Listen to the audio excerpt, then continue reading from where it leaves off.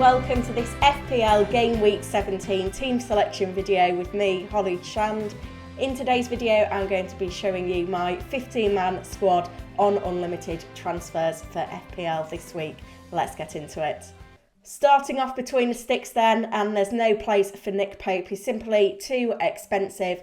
I'm taking a risk on Kepa Arrizabalaga, who is set to be available for Game Week 17 for Chelsea. Crucially, great fixtures for Chelsea, including that double Game Week 19. He should be number one if he is fit, but if not, I do have Danny Ward waiting in the wings, who will get some starts at some point. I unfortunately couldn't afford him on my wildcard earlier in the season, had to settle for Iverson, and it was killing me not owning him, so very happy to have two starting goalkeepers, and hopefully I managed to find the clean sheets rotating that pair. In my defence then, there were two players that were going absolutely nowhere. First of all, Man City's João Cancelo. I think he is the best option in that Man City defence because of his attacking output. And we know we've got two double game weeks for Man City coming up in the new year. So it seems pretty important to have coverage in their defence.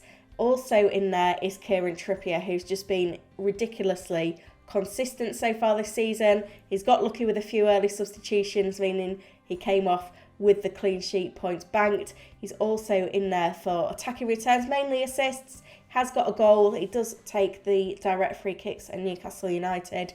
It's very rare to have an FPL asset in defence that is heavily involved in set pieces, which means Trippier has to be a lock in our sides.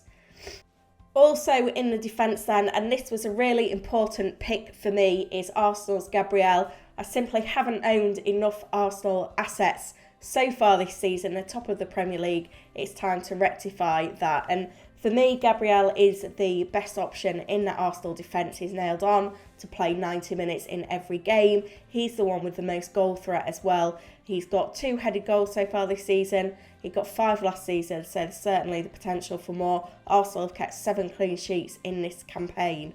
Now, I know I said there was no room for Nick Pope, but I have stayed doubled up on the Newcastle United defence just because of how consistent they've been so far this season.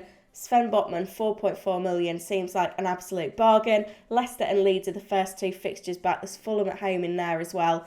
You know, in any game, we can expect a clean sheet from Newcastle United. So it seemed wise to still be doubled up. But I guess my biggest concern here is, have I committed to a Newcastle United triple up that maybe isn't optimal, and will I regret it down the line if I have to shuffle the pack when it comes to the Newcastle United assets? But something I'm prepared to take the risk on. And the final name in my defence is Manchester United's Diogo Dalot. So I've certainly not gone for bottom of the barrel when it comes to budget players here, but Manchester United have got some great upcoming fixtures. Certainly in the next 3, it's Nottingham Forest, Wolves and Bournemouth.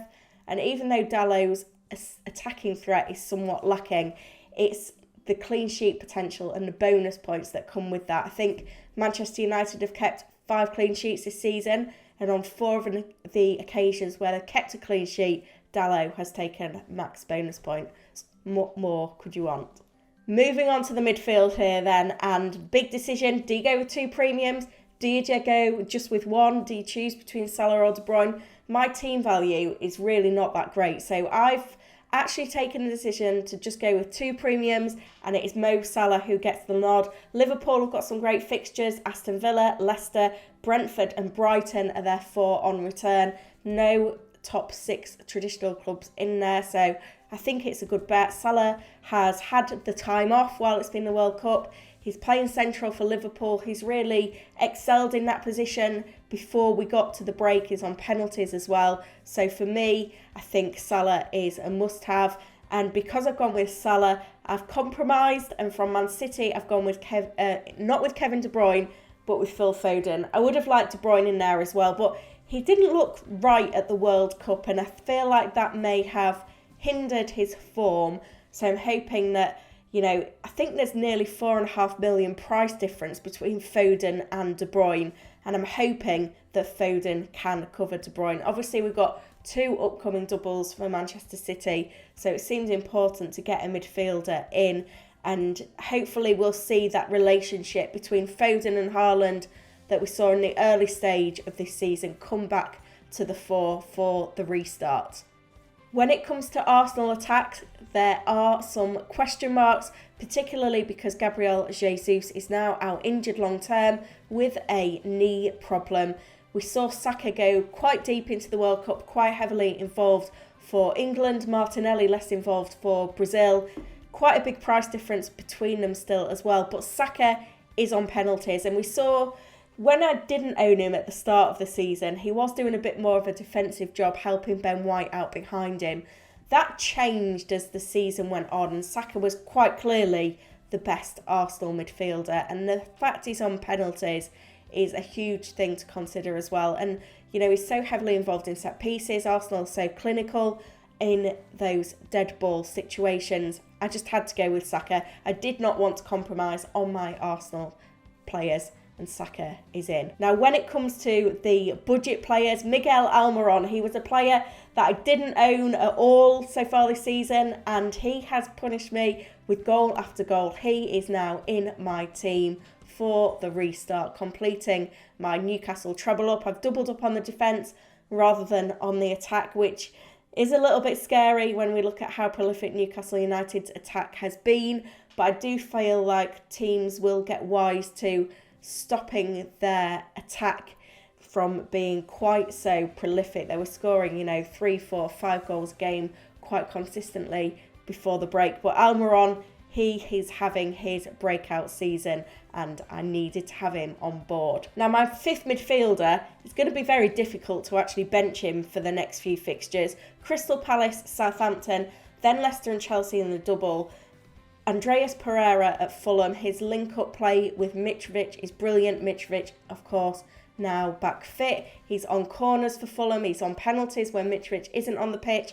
Don't expect that to happen again soon, thankfully. But he is a really great player for Fulham. And at 4.5 million, you have to have him in your squad. And you do actually need to think about starting him when it comes to looking at the upcoming fixtures. Moving on to the forward line then, and Erling Haaland, he's got to be in every team. Will we see his ownership get above 85%? Surely everyone's logging in, using these unlimited transfers to make sure they own him if they didn't already. I think it was 21 attacking returns in something like 14 starts for Man City this season. It's just incredible what he's producing. He's going to be a permanent captain pick again. Hopefully he can stay fit for the rest of the season after that break.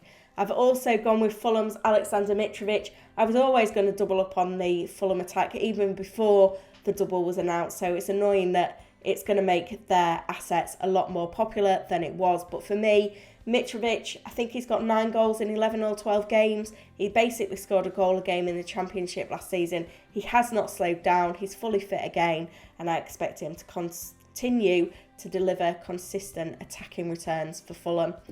Final name on the team sheet. This one is a little bit of a wildcard pick. I've only got 0.2 million in the bank now with this draft as well. But Arsenal's Eddie Nketiah is in. He's going to be the one that gets the minutes because Jesus is out injured. We saw him go in a little bit of a purple patch towards the end of last season when he was needed by Mikel Arteta. I'm hoping for the same again here. The fixtures are a little bit mixed for Arsenal, so I won't be against benching him in some game weeks because I have got quite a strong 15 here. I have spread the funds around by not going with that third premium, but that is the squad with 0.2 million in the bank. I will let you know my final team selection for game week 17 and captaincy later this week, but I need to know your dilemmas for FPL game week 17, so do get in the comments. I'll do my best to answer all of them within 24 hours of the video going live, so do get in there and get them answered. And if you want to speak to me more, I've upgraded my Discord channel. It's now open to all. QR code is on the screen now and the link is in the description for that one too. It'd be great to see you joining me over there. Good luck everyone for FPL Game Week 17.